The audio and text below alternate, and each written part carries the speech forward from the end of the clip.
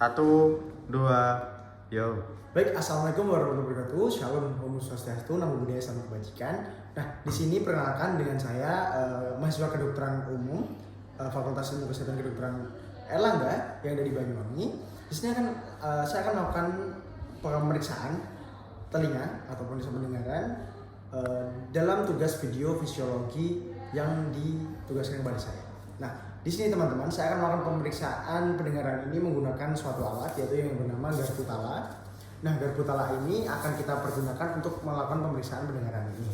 Nah, yang pertama nanti kan ada beberapa pemeriksaan terdiri dari 3. Yang pertama ada tes telinga, yang kedua ada tes Weber, dan yang ketiga ada tes swab. Nah, di sini yang pertama kita jelaskan dulu, kita akan lakukan tes telinga. Jadi apa sih tes telinga itu? Nah, tes telinga ini itu dilakukan dengan cara meletakkan garpu tala yang sudah diketarkan pada tulang mastoid pasien. Nah, setelah pasien menyatakan tidak lagi mendengar bunyinya, garpu tala segera dipindahkan ke depan liang telinga tanpa menyentuhnya. Pada orang dengan pendengaran normal atau gangguan sensorineural, bunyi akan terdengar lebih lama melalui udara dibanding tulang, sehingga hasilnya disebut rina positif. Sebaliknya, bila pasien lebih lama mendengar bunyi melalui tulang daripada udara, maka hasilnya rina negatif yang menunjukkan adanya gangguan kognitif. Untuk mengawali tes ini, kita harus melakukan cuci tangan 6 langkah waktu WHO.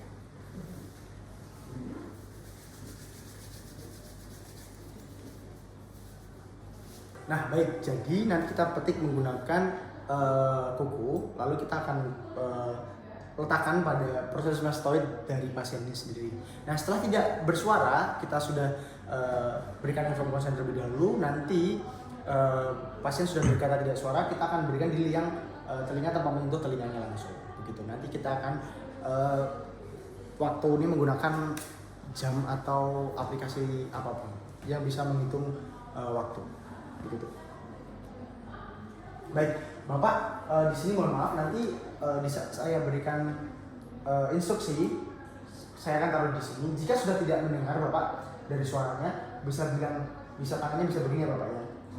Bila sudah, nanti saya akan taruh di dekat yang telinga. Bapak, jika masih terdengar, biarkan saja. Bila jika sudah tidak terdengar, bisa memberikan lambaian tangan seperti ini Bapak ya. Oke, baik. Di sini kita mulai ya teman-teman. Kita menggunakan alat bantu jam stopwatch. Oke, baik, kita petik terlebih dahulu ya.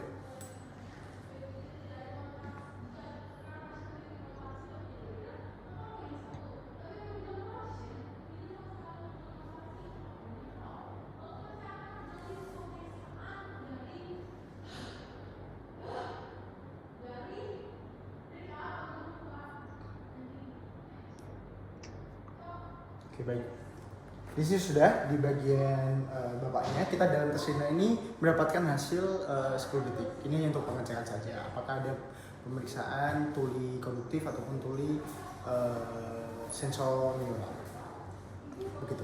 Nah, selanjutnya kita untuk konfirmasi lebih lanjutnya, kita lakukan untuk kontralateralnya juga. Nah, baik, bisa ke sini Bapak. Oke, pertama kita siapkan terlebih dahulu, lalu kita petik kembali. Lalu kita taruh di bagian mastoidnya. Baik, 1, 2, 3.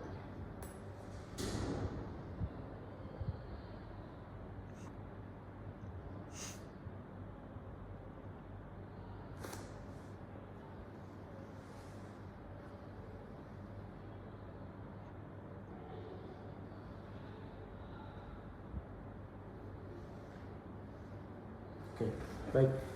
Di sini sudah terlihat bahwa ada beberapa perbedaan dari waktu tes telinga ini, diantaranya lateral dan kontralateral telinga atau pendengaran dari Bapak ini, begitu ya. Jadi kita bisa simpulkan bahwa evaluasi dari tes ini dari air connection dan bone connection dari Bapak ini masih dalam batas normal, begitu.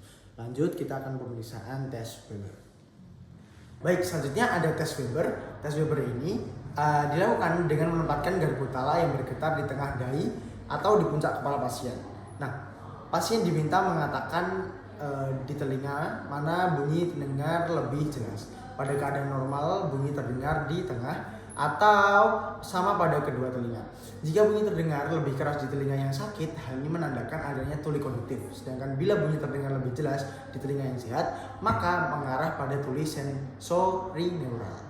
Nah baik, kita lanjutkan untuk tes Weber, di mana kita kita harus memetik garpu talanya sama menggunakan 512 Hz. Lalu kita akan letakkan di tengah dahi pasien ataupun di ujung kepala pasien gitu ya. Pak, nanti bisa Bapak ya, saat saya letakkan di tengah dahi, Bapak bisa rasakan suaranya lebih dominan kanan ataupun kiri ataupun sama pendengarannya Bapak ya. Bisa konfirmasi Bapak ya. Kita mulai Bapak ya, 1, 2, 3.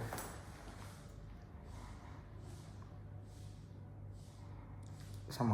Oh berarti sama-sama dengar ya. Berarti dalam pemeriksaan ini pasien dalam batas normal. Tapi untuk konfirmasi lebih lanjutnya, kita harus menggunakan sedikit kapas di sini untuk menyumbat di salah satu telinga dari Bapak Rafa ini, begitu. Bapak mau bisa disumbat sebentar saja di bagian kanannya. Oke, sudah.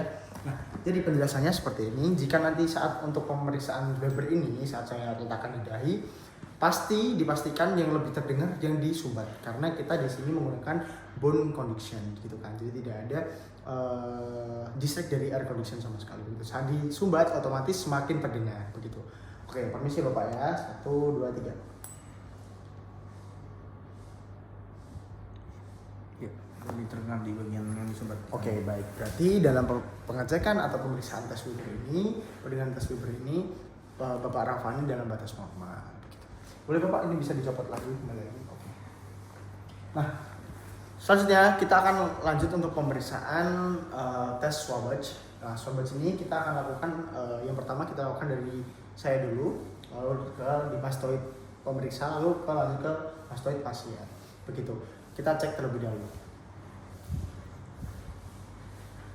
Baik, di sini saya lakukan pemeriksaan tes swabage atau tes swabage, bertujuan membandingkan lamanya pendengaran pasien dengan pemeriksa yang pendengarannya normal. Nah, garpu tala yang bergetar ditempatkan pada tulang mastoid pasien, dan ketika pasien sudah tidak mendengar lagi, garpu tala dipindahkan ke mastoid pemeriksa. Jika lama dengar pasien sama dengan pemeriksa berarti normal. Bila pasien mendengar lebih singkat daripada pemeriksa, hal ini menunjukkan tuli sensorineural, sedangkan jika pasien mendengar lebih lama justru menunjukkan adanya tuli konduktif. Nah, jadi misal saya ada pemeriksa dulu lalu ditaruh ke pasien, lalu saya mendengarkan sudah selesai, namun pasien mendengarkannya lebih lanjut, berarti ada namanya perpanjangan. Bila dibalik dari pasien masih ada, namun di saya sudah tidak ada, berarti itu ada perpendekan, begitu. Yuk. Baik, kita lakukan. Jadi pertama saya dulu ya. 1, 2.